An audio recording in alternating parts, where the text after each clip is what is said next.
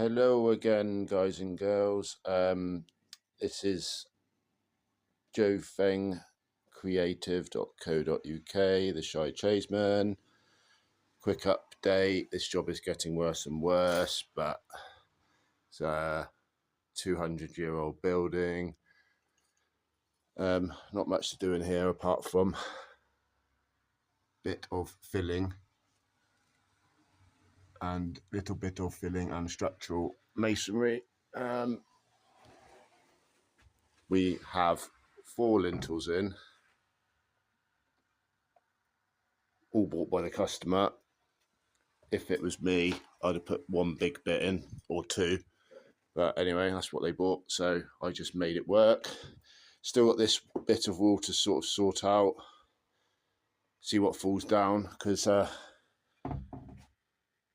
this wall, as you can see, is falling proper down, hence why I've got the lintels propped up. Had to cut this lintel to make it fit around the timber upright for the frame.